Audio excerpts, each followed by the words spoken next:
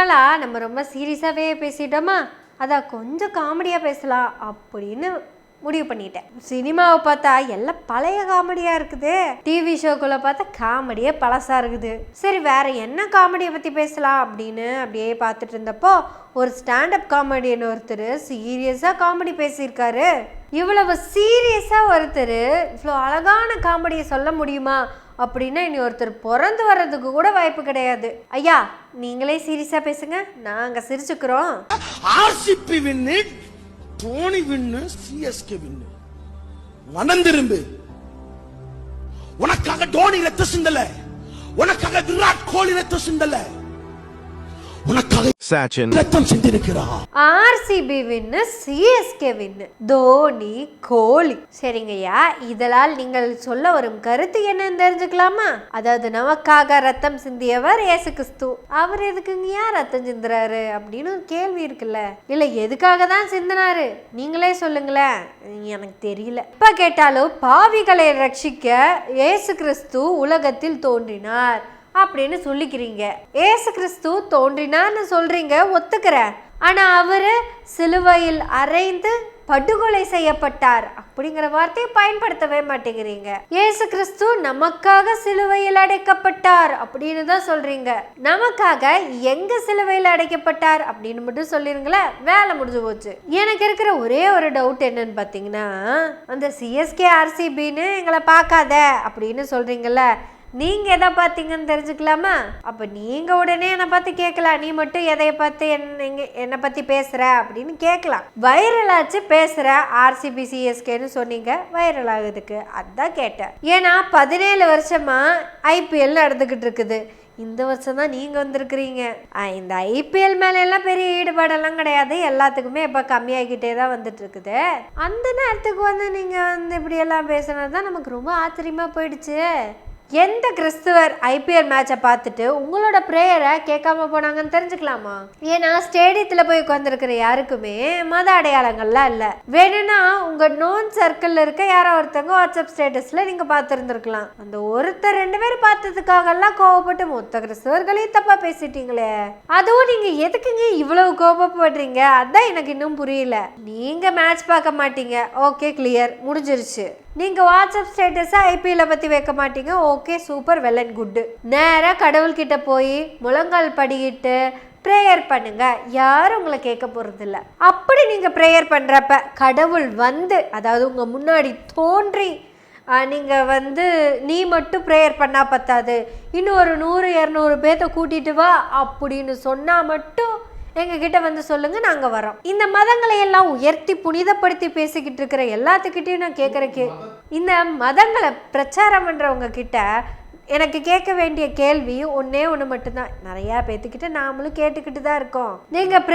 நீங்க ப்ரேயர் பண்றீங்க, சாமி கும்பிடுறீங்க, தொழுகிறீங்க, அது எல்லாமே உங்களோட தனிப்பட்ட உரிமை, அதெல்லாமே உங்களோட நம்பிக்கையை சார்ந்தது, அதுக்குள்ள நாங்க வரவும் இல்லை, அதுக்கான உரிமைகளும் உங்களுக்கு இருக்கு.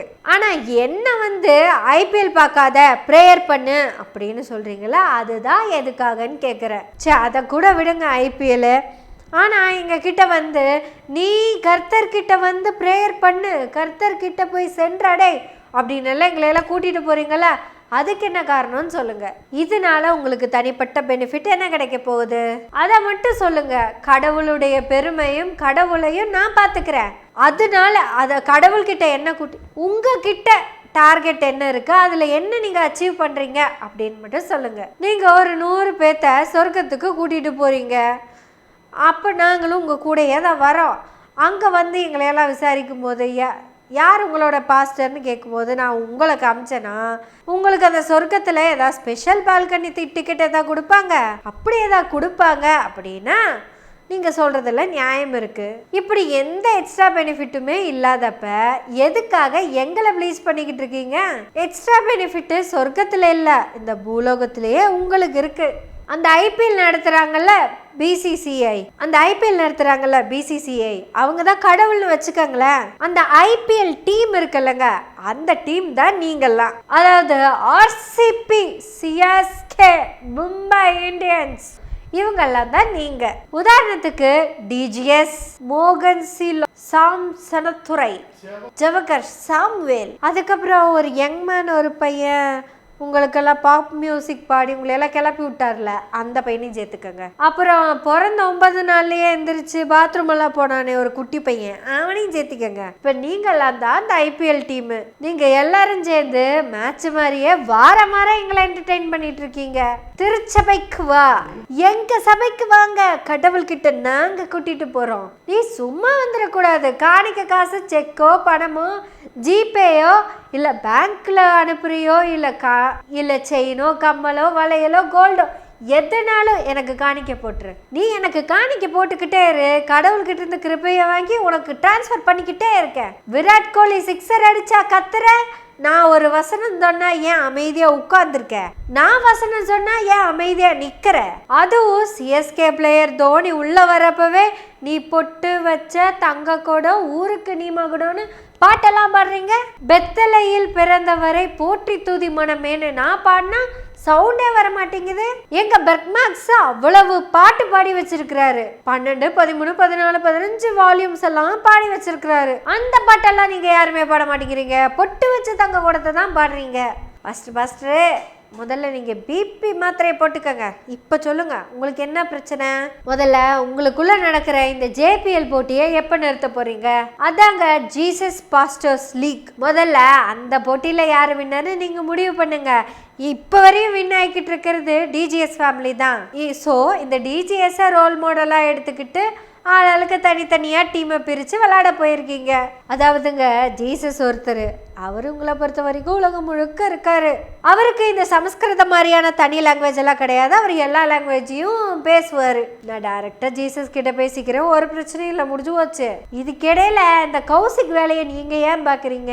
நீங்க எதுக்காக என்ன ஜீசஸ கும்பிடு அப்படின்னு சொல்றீங்கன்னு தெரிஞ்சுக்கலாமா? அதான் நான் ஜீசஸ கும்பிடுறதுனால உங்களுக்கு அதுல இருந்து என்ன பெனிஃபிட்? ஜீசஸ நான் கும்பிடுறதுனால ஜீசஸ்க்கு ஒரு பெனிஃபிட் இருக்கு, எனக்கும் மிகப்பெரிய பெனிஃபிட்டா தான் இருக்கு. அப்ப நாங்க 2 பேருமே பேசிட்டு போய்க்கிறோம். நடுவுல நீங்க எதுக்கு மீடியேட்டர் வேலை பாக்குறீங்க? அதனால உங்களுக்கு என்ன பெனிஃபிட்? சரி, அப்படியே வரீங்க, வந்து ஜீசஸை பத்தி பேசுறீங்க. இப்படியெல்லாம் வந்து நீங்க ப்ரேயர் பண்ணி எங்களுக்கு இறைவனின் கிருபையையும் ஆசீர்வாதத்தையும் வாங்கி தரதா சொல்றீங்க. ஆனா நீங்க மட்டும் இறைவன் கிட்ட ஆசீர்வாதத்தை கேட்காம எங்க கிட்ட காணிக்க கேக்குறீங்க. கொடுக்கற காசை வச்சு கொஞ்ச நெஞ்ச ஆடம்பரத்தோட இருந்தீங்கன்னா பரவாயில்ல. சைக்கிள்ல வரீங்க, அப்புறம் பார்த்தா டிவிஎஸ்ல வரீங்க, அப்புறம் பைக்ல வரீங்க, அப்புறம் கார்ல வந்து இறங்குறீங்க, அப்புறம் கார்லயே ரிச்சஸ்ட் கார்ல வந்து இறங்குறீங்க, அப்புறம் போறதெல்லாம் ஃபிளைட்டு, அப்புறம் சார்ட்டர்ட் ஃபிளைட்டு. உங்களுக்கு இந்த கடவுள் மேலேயும் சொர்க்கத்து மேலேயும் உங்களுக்கு நம்பிக்கை இல்ல. வாழ்ற இந்த பூமியில நீங்க சொர்க்கத்துல வாழணும்னு ஆசைப்படுறீங்க. சரி பாஸ்டர் அவர்களே, இதுக்கு மேல உங்களை ஓட்டுறதுக்கு என் மனசாட்சி இடம் கொடுக்க மாட்டேங்குது. ஏன்னா நீங்களும் ஒரு கிளப் வச்சுதான் நடத்திட்டு இருக்கீங்க. இந்த ஜேபிஎல்ல, அதாவது ஜீசஸ் பாஸ்டர்ஸ் லீக்ல உங்களுக்கு தெரிஞ்ச வித்தையெல்லாம் காமிச்சு எங்களுக்கு போதை ஏற்றி எங்களை உங்களுக்கு அடிமையாகவே இருக்க வைக்கிறீங்க. மிஸ்டர் ஃபாதர் இல்லையா, பிரதர், தம்பி, அண்ணா, எதுவாகவே இருந்துட்டு போட்டுமே. ஆனால் உங்களுக்குள்ள நடக்கிற இந்த லீக் மேட்ச்சு எவ்வளவு சுவாரஸ்யமா இருந்தாலும் நாங்க காமெடியா தான் பார்ப்போம். ஏன்னா நீங்களே உங்களுக்குள்ள அப்படி அடிச்சுக்கிறீங்க, நீ பெரியவன் நான் பெரியவன், நான் தான் கடவுளோட சிஎன்எஃப், நான் தான் கடவுளோட ஹோல்சேல் ஏஜென்ட், இந்த ஏரியாவுக்கு நான் தான் டிஸ்ட்ரிபியூட்டரு அப்படின்னு உங்களுக்குள்ளேயே பிரிச்சுக்கிட்டு விளையாடுற அந்த விளையாட்டு இருக்குல்ல, அதுக்கு போட வேண்டிய ரூல்ஸ் எல்லாம் நீங்களே போட்டுக்கிறீங்க. ஒருத்தர் என்னடானா சீடியை வச்சு காட்டுறாரு, இன்னொருத்தர் தேங்காய் வச்சு காட்டுறாரு. இதான் புதுசா அப்டேட் வெர்ஷன்ல வந்திருக்கிற அம்பி நீங்க ஐபிஎல்ல வச்சு காட்டுறீங்க. எது எப்படி இருந்தாலும் இங்க பொங்க வைக்கிறதுக்கு இங்க ஒரு பிரச்சனையும் நடக்கல. ஐபிஎல் சூதாட்டம் தவறுதா, இந்த ஜேபிஎல்லும் தவறு தானே. அதாவது ஜீசஸ் பாஸ்டர்ஸ் லீக். நான் உங்களுக்கு ஒரு வசனத்தை சொல்றேன், கேட்டுக்கங்க. தேவனாலே கூடாத காரியம் ஒன்றும் இல்லை, என் கிருபை மட்டும் போதும், உன்னுடைய காரோ காணிக்கையோ எனக்கு தேவையில்லைன்னு முடிவு பண்ணுங்க. ஜீவனுள்ள தேவன் உன்னோடு பேச கனவதாக. பாஸ்டர், ஹலோ பிரதர், உங்க பிஸ்னஸும் நல்லாவே நடந்துட்டு இருக்கு.